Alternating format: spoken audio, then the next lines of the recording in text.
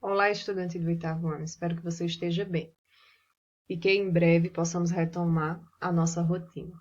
Hoje vou falar para vocês sobre vozes verbais. Vamos relembrar dois conceitos. O que é sujeito? Sujeito é aquele que pratica ou recebe uma ação. Por exemplo, Maria foi à feira. Quem foi à feira? Maria, que nesse caso é o nosso sujeito, classificado como sujeito simples. O que é um verbo? Verbo são palavras que indicam ação, estado ou fenômeno da natureza. Como, por exemplo, Carlos estudou bastante. O que foi que Carlos fez? Estudou, que é um verbo que indica uma ação. Vamos observar agora duas orações. Os fragmentos foram retirados da tira de Calvin. Papai, de onde vêm os bebês? Observe que nesta primeira oração já deixei grifada o verbo.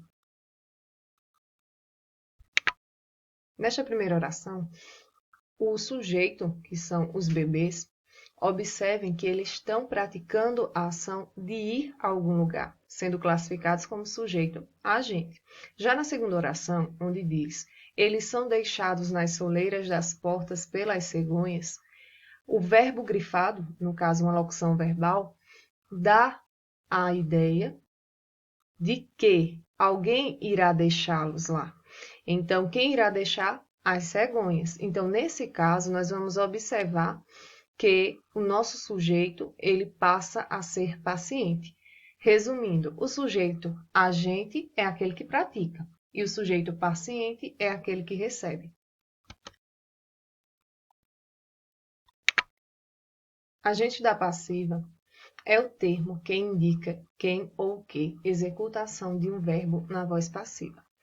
Mais adiante, irei explicar para vocês os tipos de vozes verbais. Uma delas é a voz passiva. Mas antes disso, vamos compreender o que é o agente da passiva. Vamos observar o exemplo abaixo. A vitamina foi comprada por João. Observe que eu tenho uma locução verbal, que é foi comprada, indicando a ação da nossa oração. E tenho a pessoa que pratica a ação dessa locução, que no caso é João. Então, observe que João é o nosso agente da passiva, porque ele realiza a ação de comprar a vitamina. Nesse caso, o nosso sujeito principal está recebendo a ação de ser comprada por João. Quais são as classificações das vozes verbais? Vamos a elas. A primeira classificação é a voz ativa, onde o sujeito exerce a função expressa pelo verbo. Exemplos. Bia tomou o café da manhã. O que foi que Bia fez? Tomou o café da manhã, então ela praticou a ação. Já fiz o trabalho. Quem fez o trabalho? Eu. Mesmo sem estar explícito na frase, sendo um sujeito oculto, entendemos quem é o sujeito e ele está praticando a ação. A mesma coisa acontece com o terceiro exemplo. Aspiramos a casa toda. Quem aspirou a casa toda? Nós. Então, praticando a ação e sendo o sujeito agente. Então, para fechar a voz ativa, sempre lembre, toda vez que o sujeito praticar a ação do verbo, nós teremos voz ativa. Vamos à segunda classificação das vozes verbais. A voz passiva. Na voz passiva, o sujeito sofre a ação expressa pelo verbo. Então, nesse caso, o sujeito irá receber a ação expressa pelo verbo. Nós temos duas classificações para a voz passiva. Vamos à primeira. A voz passiva analítica. Só para que fique bem claro para vocês, o que está em azul é a regra gramatical, certo? Para que fique mais fácil de vocês visualizarem no exemplo. A voz passiva analítica ela é composta por um verbo de ligação, um verbo principal e agente da passiva, que nós estudamos anteriormente nesta aula. Observe que a casa toda foi aspirada por nós. Vamos encontrar primeiro, certo? O nosso verbo ser, que é a expressão foi. Depois disso, vamos observar o verbo principal, que é aspirada, que é particípio. Por quê? Porque termina em DA. Lembre-se que o verbo no particípio ele tem a terminação de ado ou ada. E observe que o sujeito principal, que é a casa, está recebendo uma ação do agente da passiva, que é nós. Então, toda voz passiva analítica, o sujeito principal ele está recebendo uma ação do agente da passiva e tem essa composição de ter uma locução verbal formada por o verbo ser mais um verbo no particípio. Vamos à segunda classificação da voz passiva. Voz passiva sintética. Novamente, a regra está em azul para formar a voz passiva sintética. Teremos um verbo transitivo, que pede um complemento, mais a partícula se e mais o sujeito paciente. Vale salientar, sujeito paciente é aquele que recebe. Exemplo, aspirou-se a casa toda. Observe que quem aspira, aspira alguma coisa. Por esta pergunta, já entendemos que o verbo é transitivo e é direto porque pede uma resposta.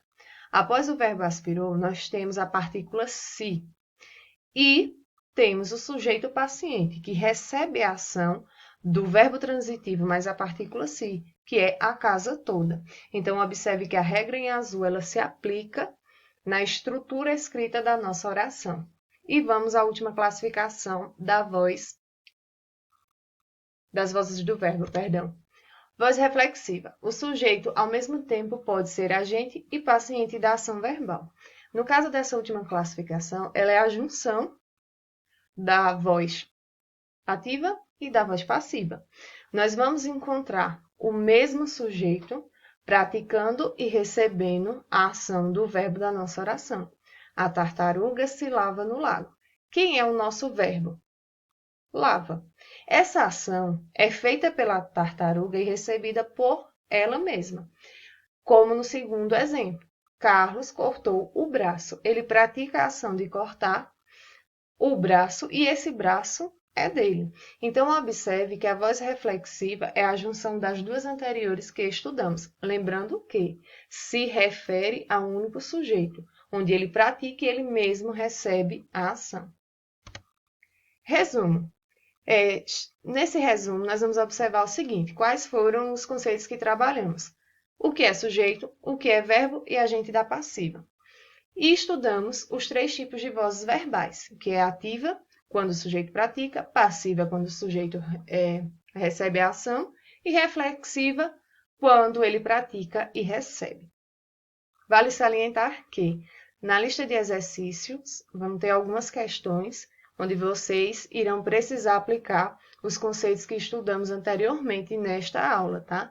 Então, peguem esse vídeo e vão pausando para responder algumas questões da atividade. O que vale na vida não é o ponto de partida, e sim a caminhada. Caminhando e semeando, no fim terás o que colher. Essa frase é só para que vocês possam refletir um pouco. Desejo a vocês uma ótima semana, bons estudos e se cuidem. Fiquem em casa. Até breve.